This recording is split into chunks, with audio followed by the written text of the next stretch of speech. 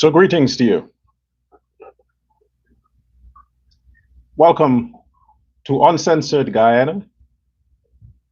I am Dr. Prasad, your precious gift. And I come to you in good spirit. I come to you with the hope that every day the nation Guyana strives to be better. The nation Guyana gives birth to promises that we shall raise up young men and young women who will one day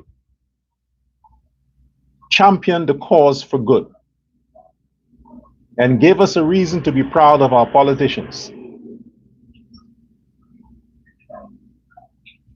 Bearing that hope, I come to you today.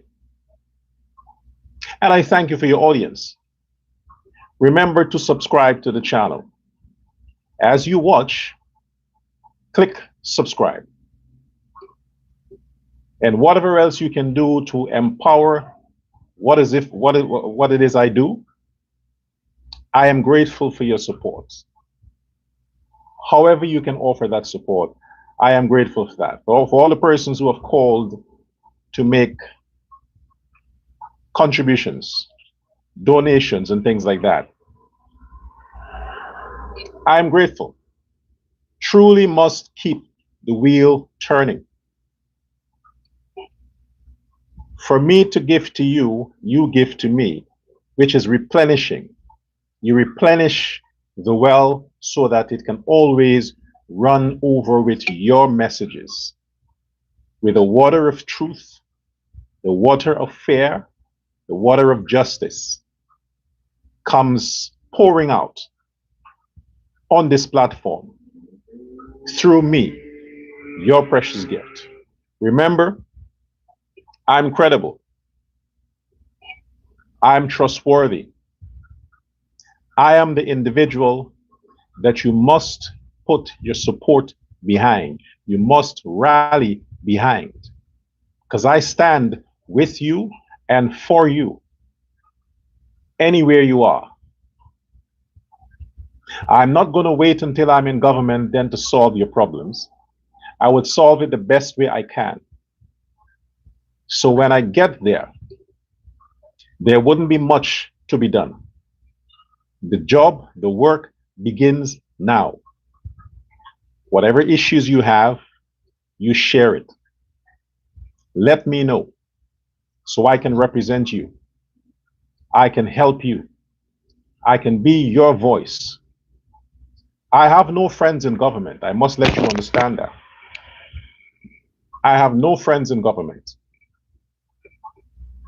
Not the president, not the vice president, none of the ministers, nobody in the government of Irfan Ali am I friends with. Does it mean I have the ability to help you? Yes. I don't need to be friends with anybody to help the average citizen in Guyana.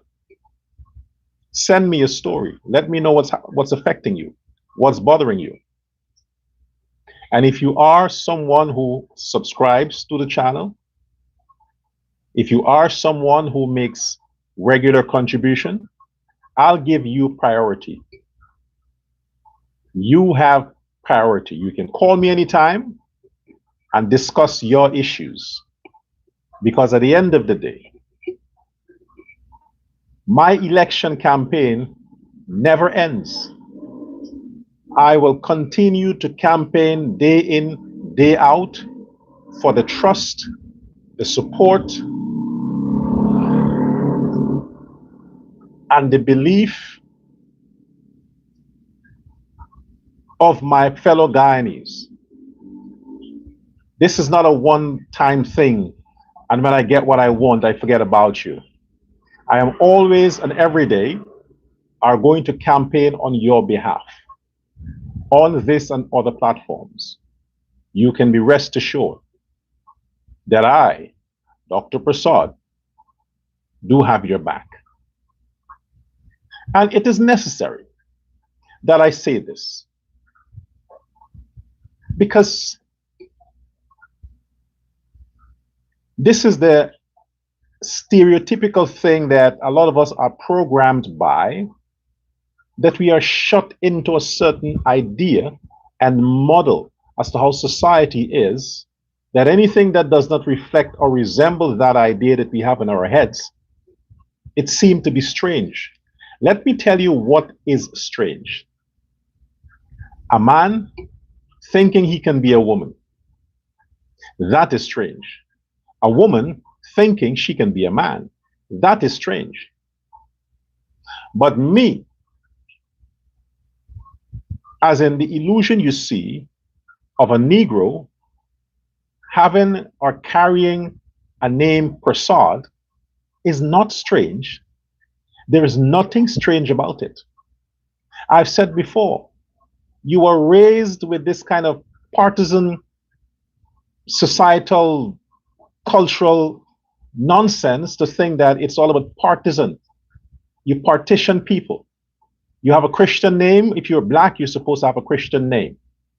If you're East Indian, you're supposed to have a Hindu name. But you have a lot of Indians with Christian names: John, Robert. So why is it strange for a black man to have a an Indian name? It's a name out of India. I said many times what Prasad represents. I could have adopted Singh or some other name, but I said Prasad because Prasad represents precious gift. I want to be that precious gift. So stop asking the question, how can a black man name? I'm not a black man. For heaven's sake, how many times I am angered? I am angered every time I have to address this. I am not a black man. Can we get that over with? I don't care how you see me. That's you. That's the level of your mentality. I am telling you I'm not a black man. I'm not delusional. I'm not suffering from psychosis. I'm saying that I'm not a black man. Okay? So if you can't deal with, if you have a problem making donations because you can't reconcile the fact that I said I'm Prasad, I beg you, keep your money. Okay? You either donate because I want to support what I do, and that's it. But don't make all of these insignificant, unimportant comments and questions just to donate something. You're placing a burden on your donation. I don't want a donation with something attached to it. It's either you donate or you don't donate. But if you call asking stupid questions, I'm going to cut you off. Say, Dr. Prasad, I would like to make a donation. How can I do that? I'll tell you, this is how you do it. You want to do it via the Zella account? You see the Zella account on my videos? You can do it via the Zella account. And just that's it. I'm exhausted with all the questions. It can't be conditional. Love is unconditional. What I'm doing here for Guyanese, it's unconditional. I'm not a politician. Now, it's now or never. It is now or never. I keep saying the Mohammeds are not going anywhere. The justice system is just pussyfooting around the inevitable. You're making a fool of the Americans. All this politicking in the courts, all this running around and twisting and turning, and the case is not being tried in the court of Guyana. The case has to be tried in the United States. What I see coming out of Guyanese courts is like you're trying the case there. It's a simple hearing. Extradite the people based on these charges. The court has to decide whether a Guyanese citizen is qualified for extradition. The courts.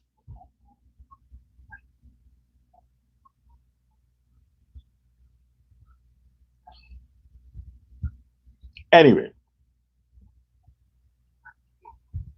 so we have the case where it's postponed again until the 26th of November. It was supposed to be today. Today was the breaking day when they finally hand them over to the FBI or whoever else are there to let them take the plane and have a free ride for the first time, first class, to the federal system in America. It so happened that the same judge, the same magistrate, heard the case again, and the same magistrate decided, no, we'll hear it again for the report on the 26th. All the time, she's giving the Mohammeds enough time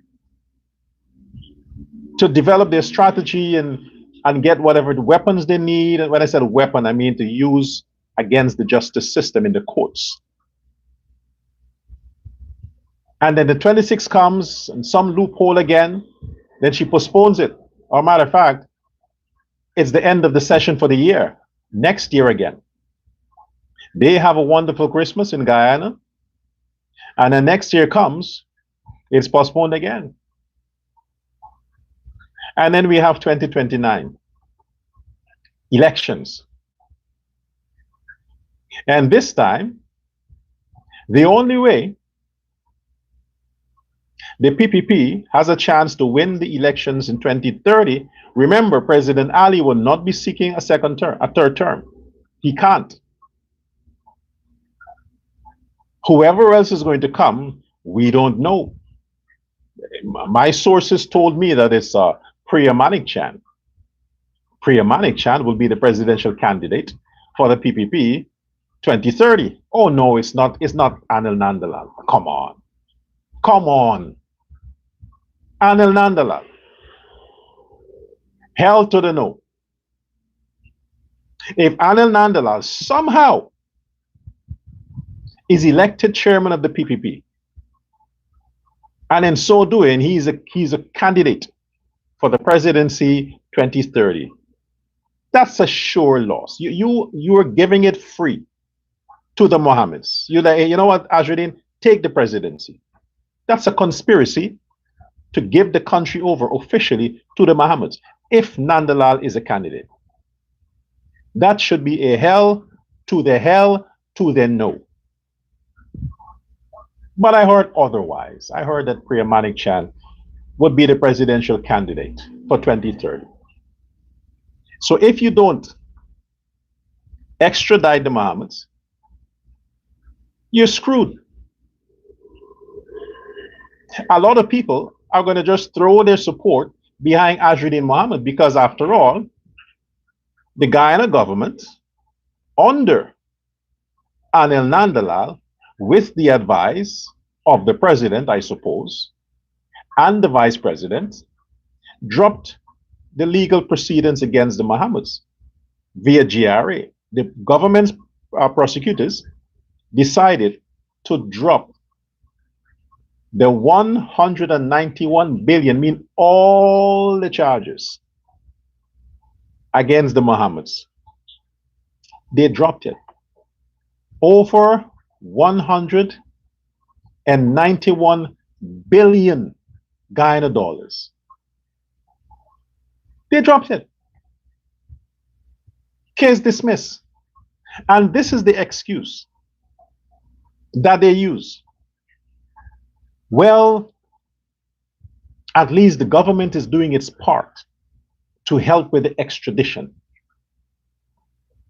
So there is no legal reasons for him to stay in the country because they're fighting a similar case in the country. So if there's no charges against the Mohammeds, then the extradition process can go along smoothly. And when he's there, if he's there, and he serves his 50 year in prison, possibly dies in prison, oh, and he comes back from the dead 50 years after, we're going to resurrect the GRA case.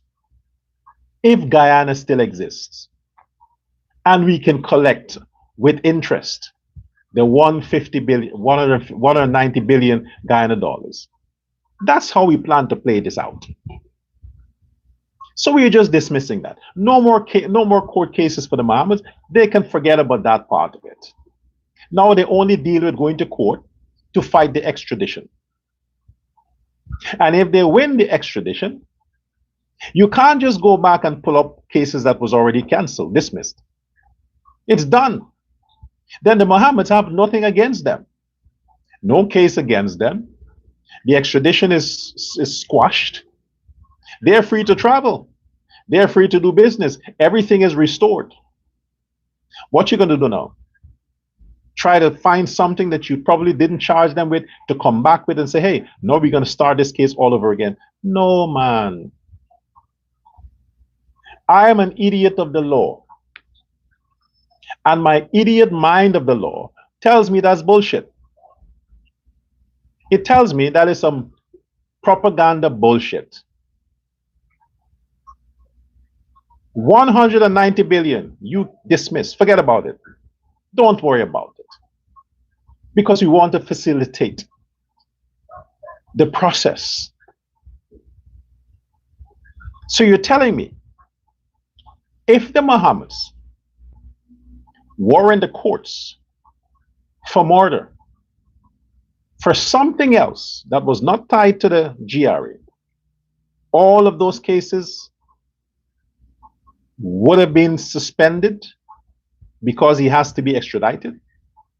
You're telling me all of their legal troubles, they can't have nothing pending in the courts of Guyana that might interfere with the extradition?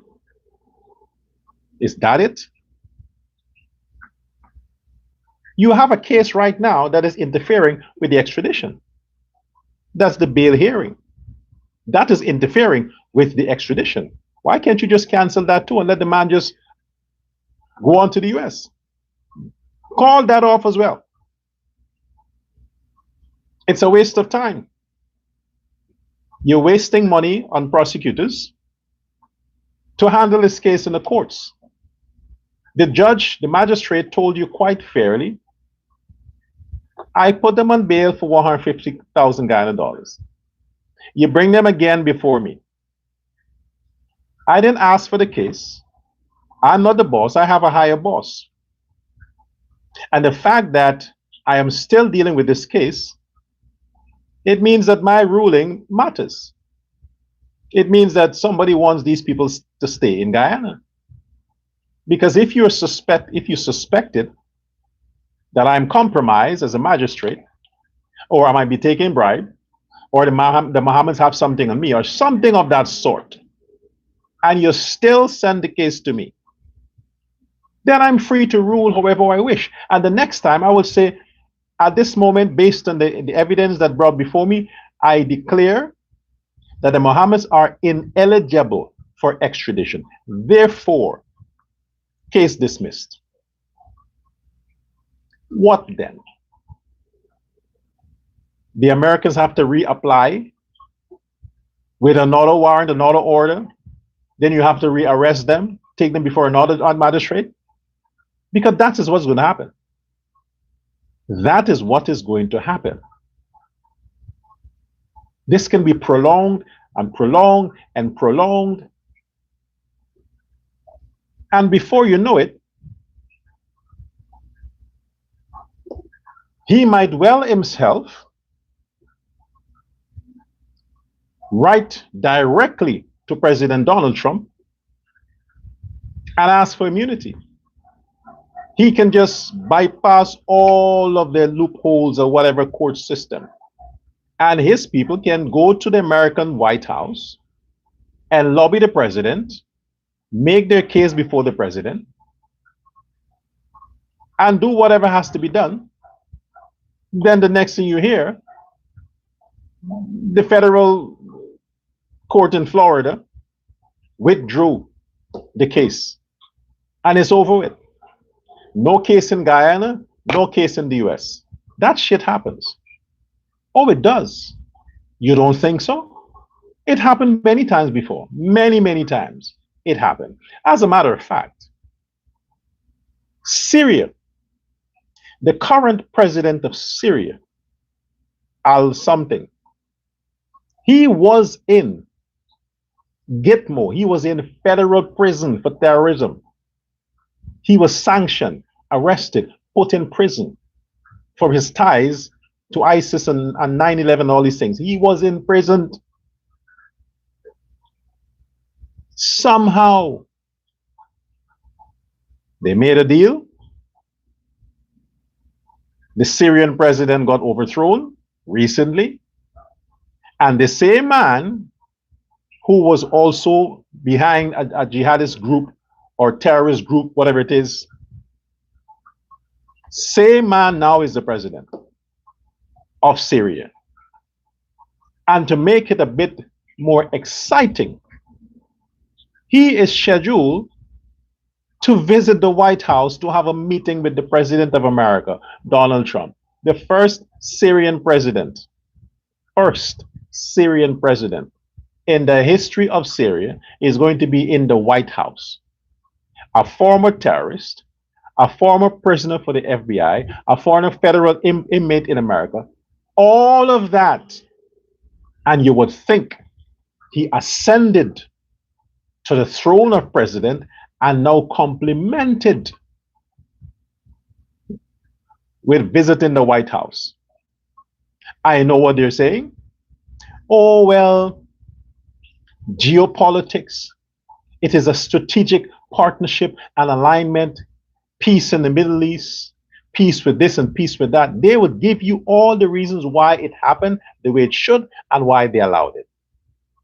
What makes you think a similar situation cannot play out for the Mohammeds? What makes you think so? What makes you think so? What the Syrian president did was worst. Worst. He was a threat to even Israel. He was a threat. Now he's a friend. So what makes you think that situation cannot play out when it comes to the Mohammeds? Because it has played out many times before. Many times before. What's so special about this case? It's only financial crimes that can be corrected with a stroke of a pen. Pay some restitution and it disappears. You're playing with this situation. Because if all of that happens, Guyana is not just not a real place. It's not just a laughing stock. It will be used against the People's Progressive Party in the coming elections. In case you forget, we still have elections to come. This is not it. There is still more elections to come. And all of these things that are happening right now is going to be on the campaign trail. And the citizens that are here now, they would not forget. Do you see the Mohammed camp? They are using social media platforms. Now they're going after individual prominent PPP individuals. They're going after them individually. They're destroying them individually. That is strategic. They have started their 2030 campaign. This is not just about extradition. They are now sowing the seeds for 2030. So while the PPP camp, they're getting fat and lazy, and their pockets are becoming so heavy they can hardly walk. The Mohammeds are making themselves light by paying all the people they need to pay to join their effort to bring down the PPP one candidate at a time. The man that is the most threat is Barra Jagdeo. They're going to do everything they can to discredit Vice President Barra Jagdeo to the point where no matter where he goes, nobody will want to see him. And it's working.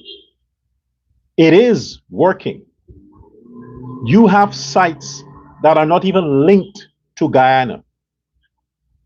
People on social media from different countries that are attacking Vice President Jagdeo, attacking him as in they claim to have all this information. They claim to be, and they're not targeting the Guyanese population.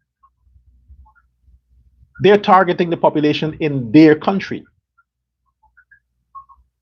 So that you understand, you continue to get sympathy for Azzuddin Mohammed and his father, mainly Azzuddin Mohammed. The people now who are behind this movement they started, they can't wait for 2029. They can't wait for 2029. All their plans they're putting off because they want to be able to vote the PPP out of office. Simply because a lot of them fat cats who go into the PPP skinny and now they're huge, not because they overate, but because they over corrupt. So fat that they forget another 4 years is elections. They forget that they want to use the same playbook they always use the last year of elections. Then they come around with their nonsense and their bullshitting, telling people about this promise and that promise and this promise and that promise.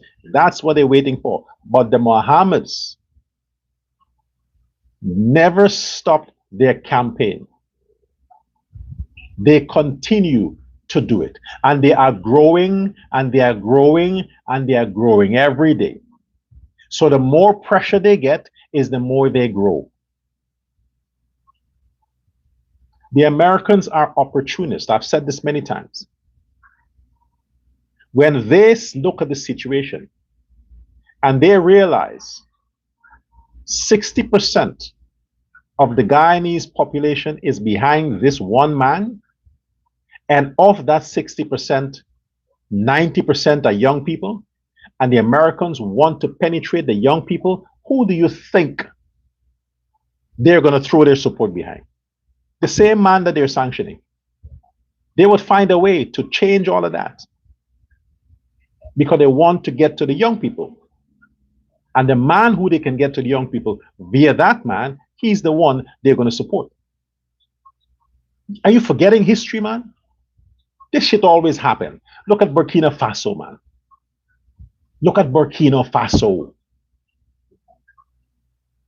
He was involved in 2 coups for that country, 2 murderous coups for that country. He was a wanted man. The French wanted to get him. All of that. You see who they're backing now? The same man. The same man they're backing. Ibrahim Traore. Burkina Faso. Same thing. Sanctioned, boycotted, arrest warrant, you name it, and he was facing the same thing there. But the same playbook he used and got the young people on his side, conducted a coup, got rid of the man that he helped via a coup. Now the entire region is sucking up to that same man. You're telling me Guyana can't see a similar situation? You know what Ibrahim Traore and Azzuddin Mohammed have in common? You want me to tell you? Ibrahim Traore of Burkina Faso, you all know him. I mean, by way of trending stuff. and Azruddin Mohammed, they have one thing in common. Do you want to know what it is? You see, I pay attention to the little things that you overlook. I have an investigative mind. I need to go beyond the surface to see what lies beneath. I need to go deep under. Don't get it twisted. I'm not talking any sexual stuff here. You and your fucked up mind. Traore and Mohammed are both Pisces. What is Pisces? If you're a Hindu, you'll understand horoscope, right? They're born in the month of March. They're both Pisces, water sign, March month, birthdays. Traore and Azruddin Mohammed. Both of them. You look at their activities, almost the same.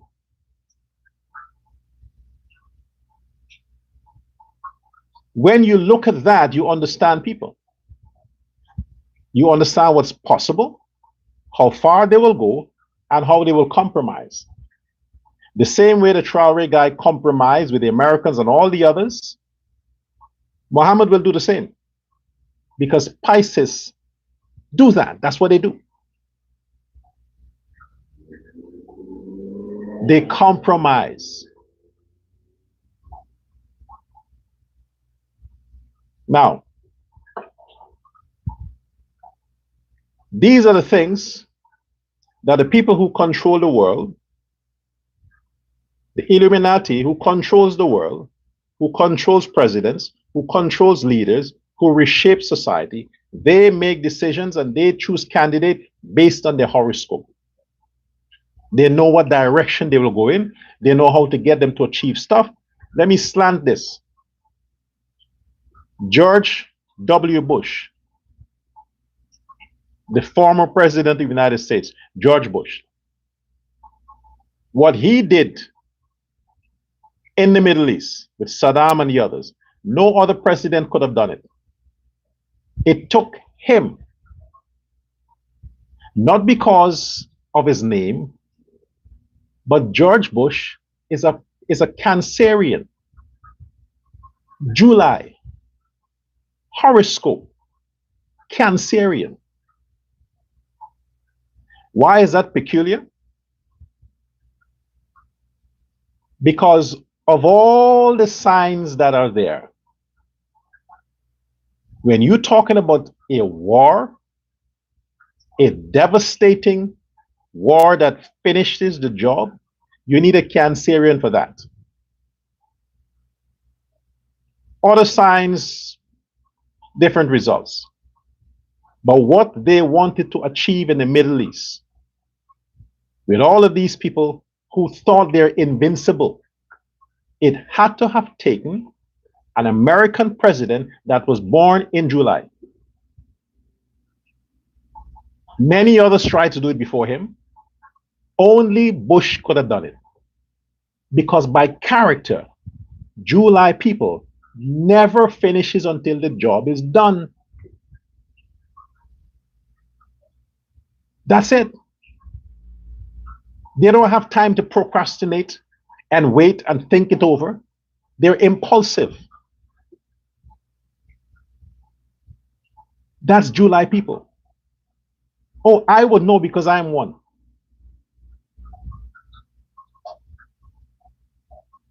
So, if the Mohammeds are not gone now, it's over. The whole charade that is being played out is like he's the Guyana's Donald Trump. And he might very well be the Guyana's Ibrahim Traore. Very well. Because of the politics our politicians are playing. All the excuse they're making that the average citizen don't understand and don't give a shit about. That's what's happening. They're going to push for the parliament to hold a special session so that the man can be recognized as the opposition leader. They can't keep procrastinating that. It has to be done before the year is out. And that is going to further make it difficult for any extradition on the basis of him being an opposition leader, and it can cause a constitutional crisis if you extradite the opposition leader that represents 49% of the population. That's how it's going to be played out. Amongst the opposition parties in the parliament, Ashradin is the leader for the opposition. All of the parties in the parliament on the opposition side represents that demographic. They represent that demographic. And to extradite their leader for crimes in another country is not going to sit well with their base. Then they will have justifiable chaos. Do you think the Americans would want that? No, they wouldn't. They're not into that kind of business. The Americans are like the Chinese. They're opportunists. If that man makes the swearing in of the opposition leader, if he makes that, it's over. You can't send the man anywhere. It is over. So all this playing and politicking and all that kind of stuff to buy time, you're just wasting time, and you're trying to avoid the inevitable. He is staying in Guyana. Now, for the other people who are speculating, hear me well. My support of the PPP has nothing to do with Vice President Jagdeo or President Ali. Nothing to do with them. As a matter of fact, if it was to do with them, the two of them, I would have exited the PPP after the elections. The way they treated me, I would have said, fuck it, bye-bye. If it was to do with either of the two of them. But it's not. So whether they're there or not, it doesn't change my stand when it comes to the People's Progressive Party. I said again and again, I am a Jagan knight, a knight of Jagan. PPP is the party of Chedi Jagan, not of Jagdeo or Ali. It is Chedi Jagan. My loyalty is to that man's legacy. That's it. I wouldn't sit by and see nonsense within the PPP and just ignore it. No, those two men don't represent the PPP. They represent themselves as candidates of the PPP. And because the government is formed by the PPP, I support the government. But I won't tolerate nonsense that's happening from the government. I support the government. I stand with the government. I would not overthrow the government or conspire to overthrow the government or undermine the government. No, I would not do that.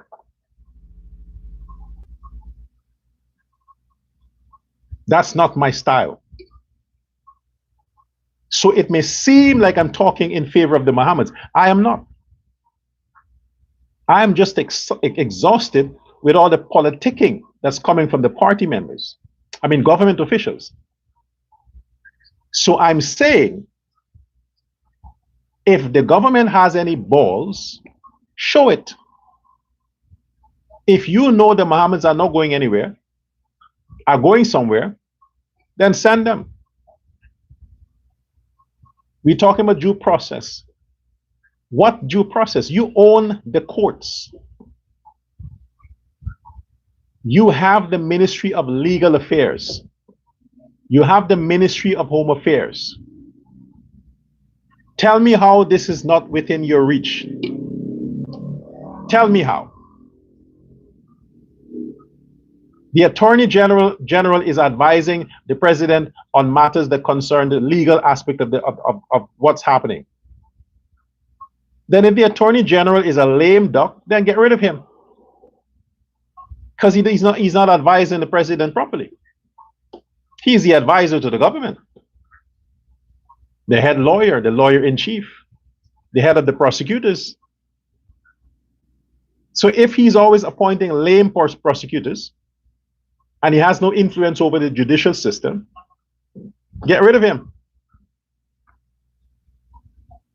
Put somebody that is hardcore. Put somebody that is pro PPP. That's not a politician. Because the Mohammed's case is not a political case. It's a criminal case. You want to keep politics out of it. But the way it's playing out right now is as though the courts are playing politics with the government. The PNC controls the courts. You think if this was a PNC government, the Mohammeds would have still been there? You would have had to go on the street and protest. And still it wouldn't bother them. He's gone. They'll ask you, what's it to you? What's it to you? We extradited the billionaire that is wanted in the United States. What's it to you? You're protesting for what? Is it your brother? You mean you wouldn't get food if he's gone? You lose your job? How is that even anything that is something that you should be concerned about? You shouldn't. At the end of the day, it's not your concern. He broke the international laws. He trampled upon the rights of the American citizens with what he did. They're the ones who investigated him. They're the ones who tracked him. They're the ones who brought the case against him. They did. And the Guyana government, both PNC and PPP, were so negligible that they had no insight, or they claim to have had no insight into what the Mohammeds were doing. Therefore, if the Americans didn't raise this issue, the Mohammeds would not have had any issues when it comes to any criminal activities in Guyana. None. Because they were close to both governments. I mean, the man's vehicles, armored vehicles with security guard, policed the president 2020 up from the fear of being attacked or targeted by the PNC. It was the Mohammed who provided security for the president. Now, if the president was aware of their crimes, you think he would want to associate himself? Then, knowing it will come back to him? No, he had no idea that these people were committing this crime. He had no idea. Others within his camp knew, but the president himself, he had no idea.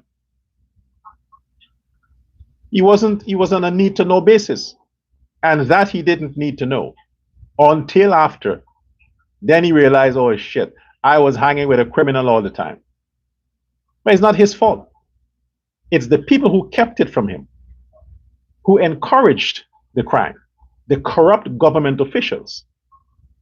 But now he's the president and he got to understand the kind of people that they were dealing with. He regretted that. But you can't hold him responsible for the crimes of the Mohammeds. He didn't know. Knowledge is power. Now, since he found out, he distanced himself and his government and all the institution that comes under him, distanced themselves. Because knowledge is power. The knowledge of what they were dealing with, he became aware of that and powerful to the point where he had to make a decision. No, we want no associations. And he did what any good leader would do. Disassociate himself. And that's fair. So we can't hold that against President Ali. What we can hold against him is how the Attorney General dealt with the case. All of it should have been done quietly. quietly. And when they talked about, they made a comparison with Roger Khan and Suriname. He committed crimes in Suriname and was held by the authority for the crimes he committed in Suriname. And at the same time, there was a request circulating for extradition. It's not that he could not have been extradited from Guyana. He was wanted here too, in Suriname. They caught up with him here. And they did what any good government would do. Hand him over. But he had pending cases here too. So this whole thing that you had to dismiss the case against Mohammed to help with the extradition, I don't buy into that. Maybe Guyana is the only place it happens, but there are other countries. Recently, they had another drug lord that was held in Brazil. He was wanted in Suriname, wanted in French Guyana, wanted by Interpol. A black man they called Bordeaux, Joel Martinez. They call him Bordeaux. He's the Guyanese doggy. He's like the Guyanese doggy. But he was wanted for crimes. Same money laundering, murder, all those kinds of stuff. And they got him in Brazil because of something he did there. Imprisoned in Brazil and was extradited into the hands of Interpol to France, or French Guyana. Many cases, people, even if they have cases in that country, they still were extradited. So you're telling me, Guyana, you have to get rid of all the cases against Mohammed so the extradition can be smoothly? It's nonsense. When that man, this Joel guy, finished his sentence in France, then he has to be sentenced in the Netherlands. When he's finished with that and he returned to Suriname, he has to face sentences in Suriname as well. There is no getting away from it. But the Suriname government did not dismiss the case against him. It's still pending, but he wasn't arrested in Suriname. If he was arrested in Suriname, they would have jailed him here. And when he was finished serving his jail time, then he would be extradited to serve time wherever else. So the case in Guyana, in my opinion, why it has to be suspended or canceled or dismissed, and then you're saying, you're propagandizing again, oh, we can still go after his assets. We can still go after the GRA case when he's gone. How the fuck you gonna do that? In absentia? Really? The man is there, you can't do it. You're gonna do it when he's locked up? If he's locked up in the US, then while he's in jail, you're gonna go after his assets? Who's gonna represent him? That's what you call constitutional right?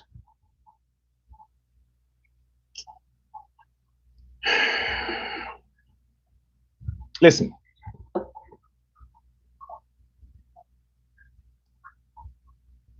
I understand what's happening. The average citizen doesn't understand what's happening. What they understand is that the government is attacking the Mohammeds. They understand that the government is threatened by the Mohammeds. So therefore, the government is doing all they can do to shut these people down because they are fearful of what the Mohammeds will do to them politically. As the government stands right now, there is nothing the Mohammeds can do to them politically. The only people the Mohammeds destroyed politically is the PNC. The only people. Now, the PNC would be very happy if the Mohammeds are extradited. This is the reason why the Mohammeds camp is going after and buying the PNC pundits online, because influence matters. Influence matters. PPP politicians, Ali government, influence matters. Right now, PPP ministers, they have no influence. The president is losing influence. The vice president is not credible. The fact that he can't go after this critic guy, the fact that the critic guy is given the impression that he has protection from Vice President Jagdeo, the fact that a lot of these corrupt private citizens are always sponsoring their linkage with Vice President Jagdeo is making the vice president more discredited. Because people are holding the fact that all these people who are doing stuff and are getting away with it is that they're in the Jagdeo camp, not the Ali camp, the Jagdeo camp. So it makes Jagdeo looks like the chief corrupt officer. That if you want to get away with anything in the country, you need to be seen with vice president, or you need to say that you have some connection to the vice president. So the vice president is constantly targeted, constantly attacked, constantly undermined, because he seemed to be the one that are keeping a lot of people out of prison, a lot of people from repaying their debts to the government, and also a lot of people who don't deserve it are getting all kinds of grants and contracts and favors and all that kind of stuff because it is perceived that they have connections to the vice president, and that is wrong. The vice president needs to let the public understand that he has no ties with these people who are claiming that he has ties with them. Especially this guy and his critic guy. Bar Jagdeo, you have lost a lot of credibility for that one man who keeps using some kind of connection to you to justify the fact that he has control over the judicial system. He can do whatever the fuck he wants, and he's immune because of one man, Bar Jagdeo. The vice president has to clear that up. If not, the time will come. It is already here. The attack internationally is on the vice president's camp. People are still sympathetic towards President Ali. People are sympathetic towards him because they think he's controlled by the vice president. So people are not so hard on the president, but the vice president is carrying a heavy burden because people are using his name to get away with their crimes, to get involved in these activities because they know Jagdeo. What is Jagdeo? The devil in chief? I've always had admiration for Vice President Jagdeo. I never had a problem personally with him. But I cannot ignore the fact of what's circulating about the things he's being accused of. I can't ignore that. I stand with the government of Irfan Ali. But if there are officials within the government that are undermining the credibility of the government, I must point that out as well. So these people who are continuing to fleece what they think is some connection to the government, it is bad for politics. You're losing support amongst your base. You're hurting the Indo-Guyanese of the country.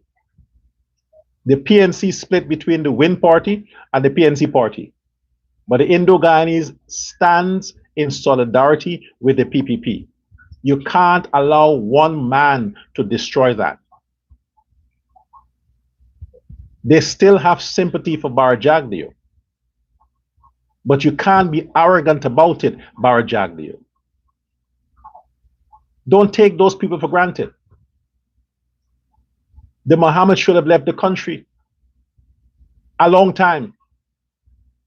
The 26th of November, that case should not be gone, should not go to that same magistrate. It should not. It should be dismissed from the magistrate, gave another magistrate that is sympathetic towards the government.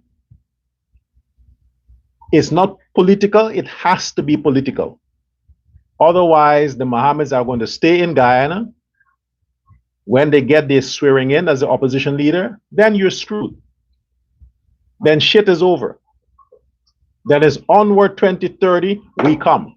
And I said, there is nobody in the PPP right now nobody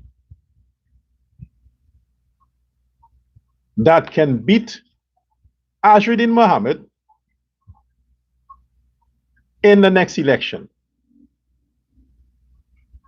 Nobody. Right now, the only person of prominence online that is credible and has the trust of the Guyanese that the Mohammeds don't have in their pocket is me, Dr. Prasad. I am not in the Mohammed's pocket. I will never be in the Mohammed's pocket. I am the only one. If the Mohammeds offer that same critic guy some money and the government do not offer any more contracts to him, he will do what people like that does all the time, make a U-turn. So there's no way to put your bet on somebody like that. They flip. It's all about who offers the most. So if that connection via vice president and this critic guy was not supposedly there, sanctions are not, Americans are not, visa are not. You think he would have walked away from all those millions the Mohammeds were pumping into him and his so-called business? No, he wouldn't. He wouldn't. Let them contracts from the PPP stop coming and see what happens. Let them stop coming. Let them stop the contract from this critic guy and his business. Let him stop it. One, because he's incompetent, and two, because it's perceived that the PPP is funding these people via contracts, or the government via contracts. All the people who seem to be talking in favor of the vice president, it is perceived that they're getting contracts from the government to keep up the talking point. Let those contracts stop. Then you see their true natures as they always were. They'll run where the money is. The Mohammeds. Look at the PNC people. They were running with the PNC. PNC lost. They flipped. They're running with the Mohammeds. Those are people you want to stand behind. That any hardship, they're ready to give up. They're ready to switch to the devil. Those are the kind of people you want to stand behind. I don't play those kinds of games. I'll criticize the PPP as much as I can, but I will never betray the legacy of Cheddi Jagan. Never. Even if it means that these politicians in the PPP think they're using me, let them think so. I am loyal to my supporters, and my supporters happen to be PPP supporters. I'm loyal to them. So I can't contribute to this whole Mohammed saga that can detriment the future of the PPP and the Ali government. I can't contribute to that. So this is why I'm stressing, show your balls, President Ali.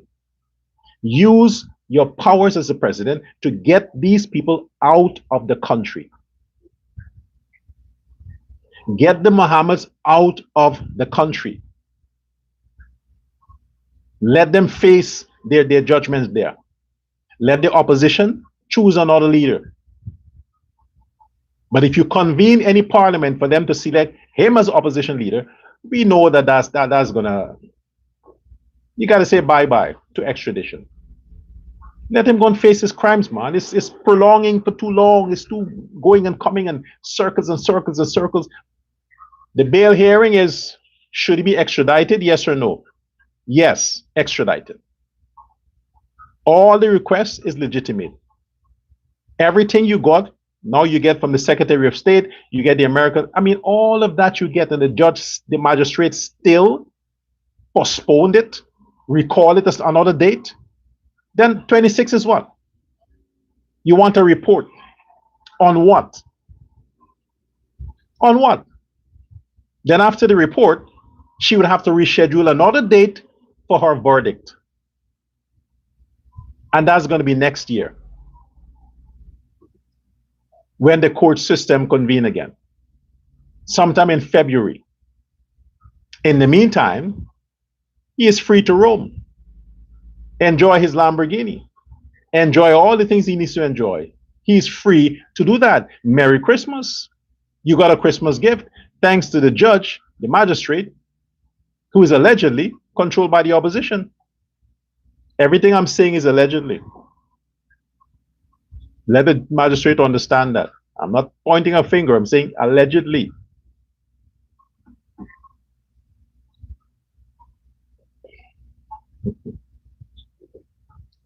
Until next time. Goodbye now.